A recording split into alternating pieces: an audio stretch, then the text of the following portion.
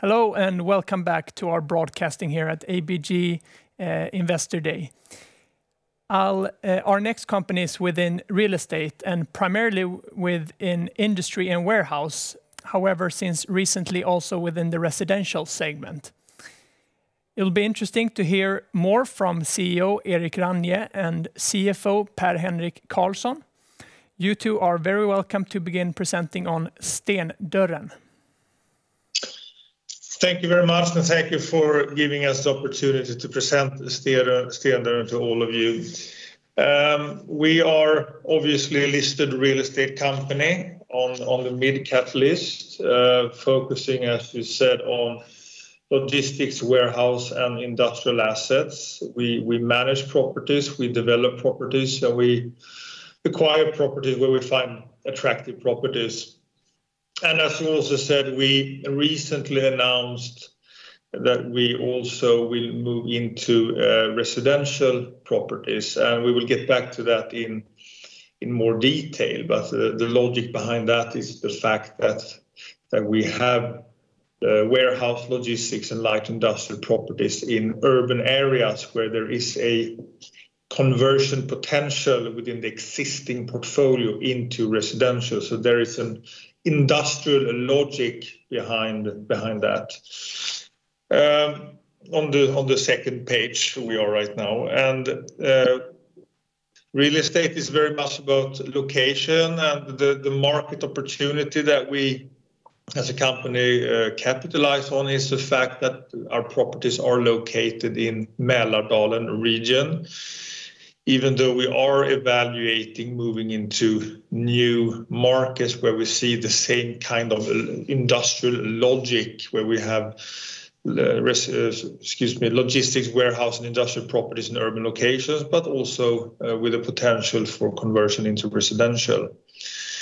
The dynamics, the fact that we have these kind of assets in urban location has a particular kind of dynamic, and that is the fact that within light industrial and logistics properties in urban locations, there is in the Stockholm region there is a demand increasing over time. However, supply is stable or actually decreasing as a result of such conversions to other use. And if demand increases and supply decreases, then that has a very positive effect on rents, obviously. So that is a short introduction to Stendörren. If we move to the next page 3, we have some key figures. We have assets of around 10 billion SEK, high-yielding assets around 6%, excluding land and projects, i.e. standing assets, 6%, which is a high figure. 750,000 square meters about, long leases in general. Average remaining lease duration is 3.8 years at a modest leverage ratio of LTV slightly below 50%. We also have a building right potential, some 600,000 square meters of building rights, which I will get back to slightly later. On the next, we actually skip the next page, so we move directly to page 5, a little background when it comes to the history of Stendörren. Stendörren was founded in 2014 when a portfolio was carved out from Kvaliteten in Mälardalen, a property portfolio of 2 billion around, and put under separate management and listed on First North. Since then, it has been a growing company, quite substantially growing, primarily acquisition driven. Some key data points over time is the fact that EQT placed a public bid on the company in 2018 and became the majority shareholder, or 40% of the share capital, approximately 60% of the votes. And that's the key data points, I would say, listed on mid-cap in 2018. So now we have 2.4 billion of assets, some 125 properties. If we move to the next page, page 6, the investment theme of Stendörren, we will get back to all of those 4 items on the subsequent pages. But we have a stable and strong diversified cash flow as a result of having many properties, many tenants, 800 tenants in a high-yielding segment. We have an embedded growth potential in the company. As I said earlier, we are located in the growing Mälardalen region. We are in a segment where there is a increasing demand. Supply is not increasing, rather decreasing in many places. We have the third item, we have a quite strong potential in our project pipeline. We have, again, some 600,000 square meters of building rights, which is almost doubling the size in relation to the standing assets of today. And if we dig a little bit further into those 4 items, and look more into detail when it comes to the portfolio, if you look on page 7, we see that in the pie chart in the middle, about 1/3 of the property portfolio is located in the Stockholm municipality, another third roughly in the greater Stockholm region, and another third in the Mälardalen region, or the rest of the Mälardalen region. We have some 67% of the portfolio within warehouse, logistics, and light industrials. We have office 22%. However, this is area, which means that to some extent these office square meters are office square meters in logistics properties, i.e. it's not office risk as such. It's rather logistics or a warehouse risk or potential, if you want. On the next page, excuse me, I mentioned the diversified tenant base. We have 800 tenants, which is quite a large number. Top 10 represent 25% of the lease income. From different industries, we have both municipality tenants such as Nacka Vatten, Stockholm Vatten. We have engineering such as Alfa Laval, Fuchs Lubricant. We have Bactiguard, which is medtech. We have Unilever, which is international larger company, and the average lease duration is 3.8 years. So we have a very stable and strong cash flow, which is the fundament of the company. However, then if we move to the next page, located in the Stockholm region, and in the interest of time, because the clock is ticking, I don't have to convince anyone that Stockholm is where we have the growth in Sweden. Obviously other areas as well, but Stockholm is very much the growth engine of Sweden. And that is where we have our properties, both population-wise, but also when it comes to economic growth. We have a potential when it comes to e-commerce. There is a migration from traditional retail into logistics, and that increases demand for urban logistics where our properties are located. I mentioned earlier that there is a conversion from excuse me.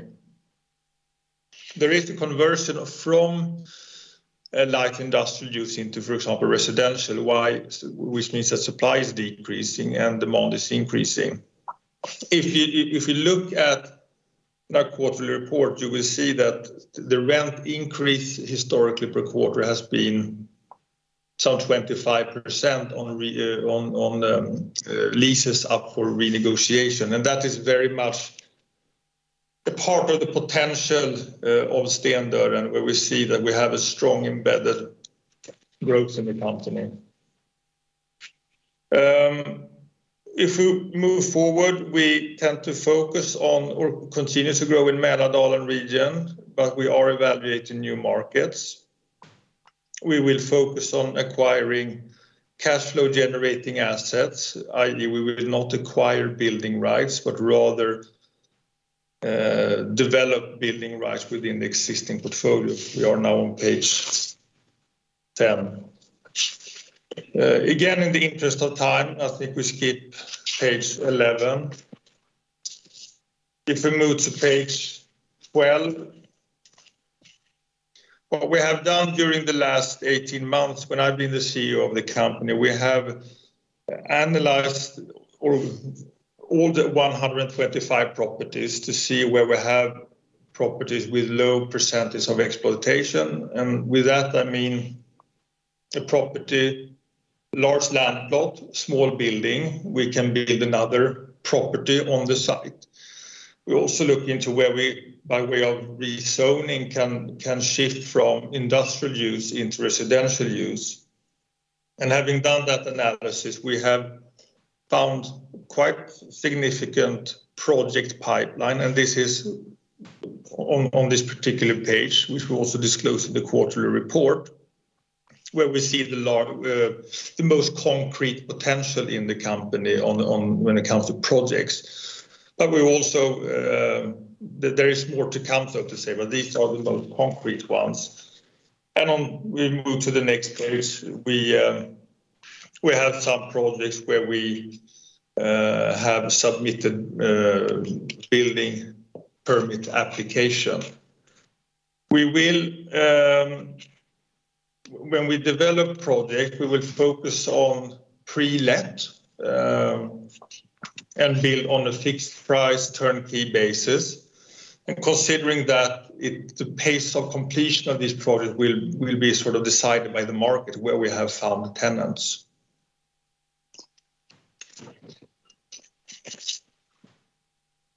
If we move to the next page, this is a very typical example of when I talk about shifting from a particular use into residential where we have low degree of exploitation. In 2016, we acquired this property, and the building, which is ours, is the building with the gray roof and the bluish facade. And the residential building that we see here, that is just illustration. And as of today, that is just pure empty land.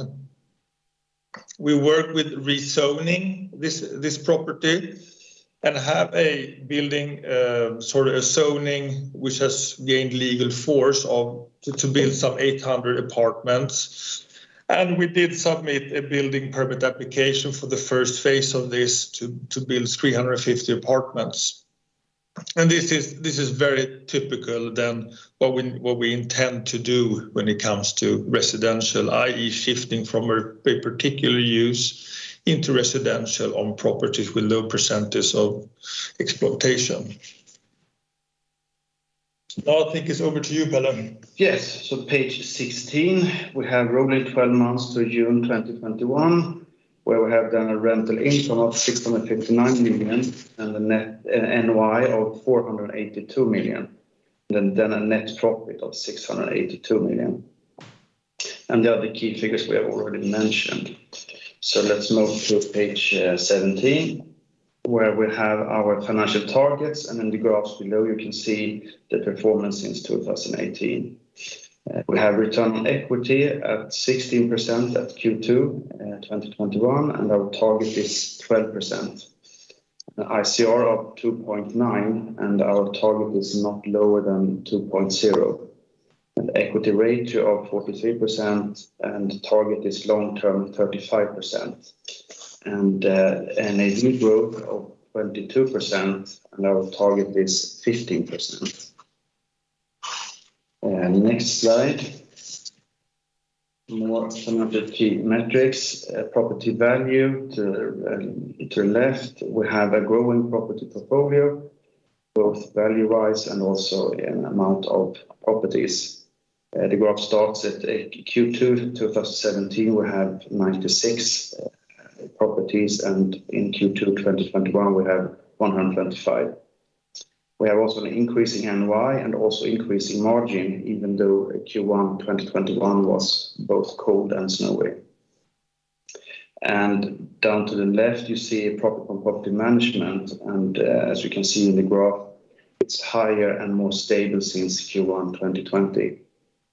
And our LTV is also decreasing, also secured LTV. Next slide. It's a net income walk where we start at the rental value of 756 million, vacancy of 97 million, which gives us a total income of then 659, and property expense of 177, which gives us an NOI of 482 million. And as you can see here, we have a high value changes, 623 million, and a tax effect that is mainly deferred taxes. And net income is then 682 million. Next slide, which is about our debt funding as of Q2 2021. We have a total interest-bearing debt amounts to 5.1 billion, and the bank debt is 4.5 billion of that amount. And also we have a senior unsecured bond debt of 700 million. We use several of the leading Nordic banks for our financing, and approximately we use 60% of bank financing at acquisitions. And during 2019, we issued a 800 million hybrid bond, which accounts as equity according to IFRS. And this bond is about approximately 13% of our total debt funding, but as then disclosed as equity. As we can see in the graph in the middle, we have a good spread on our maturity profile, and our average loan maturity of interest-bearing debt is 2.5 years, and the average interest rate is 1.9%. Including the interest caps and swap, the average interest fixing was 2.1 years. To the next slide.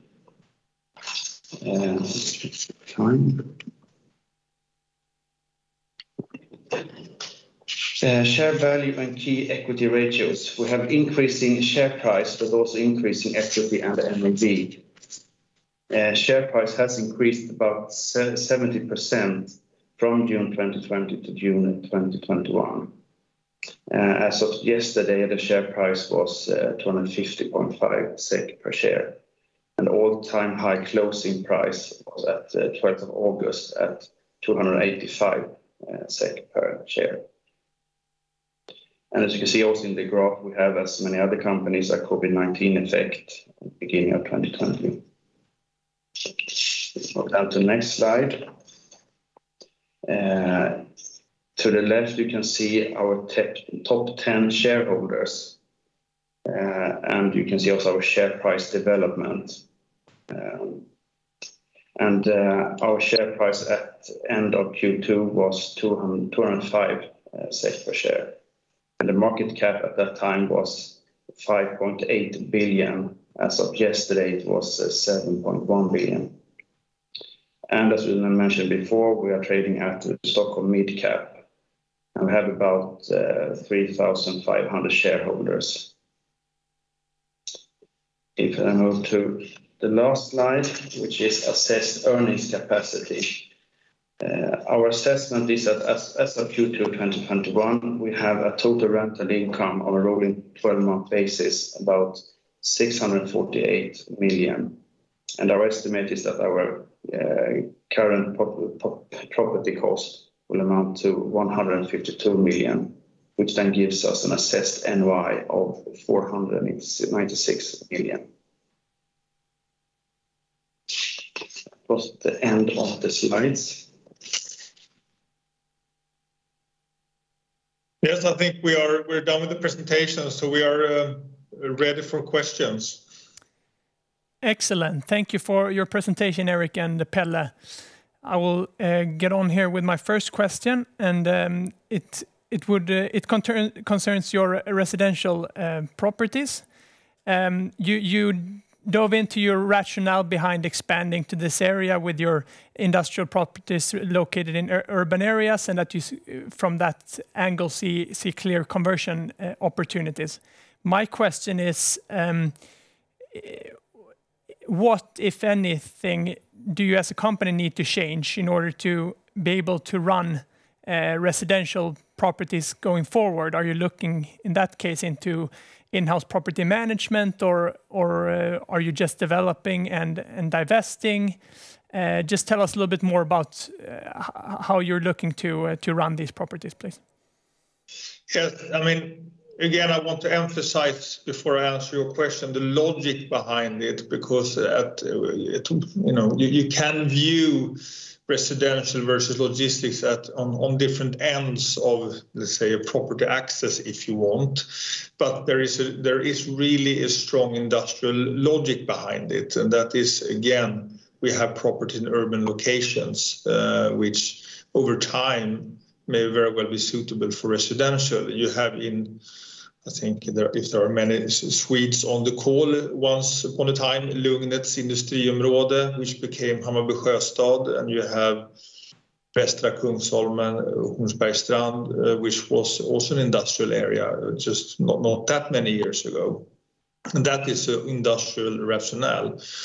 Whether it is condominiums, i.e. bostadsrätter, then obviously we will sell it. And that depends on what the demand is at each point in time. But to the extent it's rental apartments, then we intend to develop them ourselves and at the outset keep them under management. And of course, initially it's not necessarily that we need to establish a larger sort of organization for taking care of it. That can be before reaching a critical mass sourced from outside. But over time, obviously, it would make sense, having reached critical mass, to establish an organization. But we have engaged and recruited persons on the development side. Ulla Sjölund, for example, we were recruited not that many months ago to help us on the residential side. So that, I hope that is an answer to your question. Yes, it's very clear. Thank you for developing on that. Regarding another project, or your biggest project, Green Hub Bro, outside of Stockholm, it's been on the list for a while now, and my question is if you have any new outlooks on it and any thoughts on when you think you can start the project. Yeah, and just to then shed some more light for those who listen, Green Hub is located in Upplandsbro. That is where Coop today has their main logistics hub. That's our largest tenants, and it's a large area, 1.4 million square meters, so it's very large. We have some 400,000 building rights there. We are sort of exploring how to develop it. We also have a railroad into the property going actually all the way inside the Coop building. So it's a fantastic logistics location, just 25 minutes from Stockholm, which has a clear green focus considering the railway. But it's also a huge area when there is, we have to be careful how we develop it in many ways and what is the highest potential. There's also questions about how to source electricity and other matters related thereto. So I cannot give you a timeline, more explicit timeline, but we are working on it, whatever that answer is worth. But we are doing progress on it to see how we, in the very best way, can develop it. Thank you. When you have renegotiated your rents, it has been, as you mentioned, around 25%, looking at quarters 1 or 2 or maybe even 3 years back, which is good, which are good levels. And my question is if what your outlook is moving forward for renegotiations. How long do you think you can keep this type of level up? I think this is really an embedded over time sustainable growth potential in the market, which we need to capitalize on. Again, very much related to that we are in growing macro location, i.e. Mälardalen, but also in urban areas, i.e. central micro locations. So that is a sustainable growth level in my mind. To add a little bit more flavor to that, what we have, 25 is an impressive figure.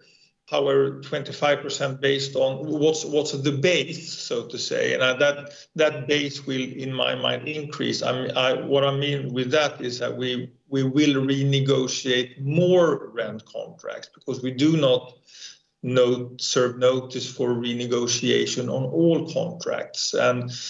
And in my mind, what we are doing in the budget process last year and also this year is that we're really going through lease agreement by lease agreement. Is this under rented? And if so, then we serve notice for renegotiation. So there will be more leases served for renegotiation. Also, perhaps those which do not have the, let's say, 25% potential, but also lower potential, which means that the percentage figure may very well decrease. But that is because we're adding more contracts for renegotiation. There are even more things I would like to ask you guys, but time is unfortunately running out. So I will have to conclude there and thank you for being with us on the seminar today. Thank you very much. Thank you.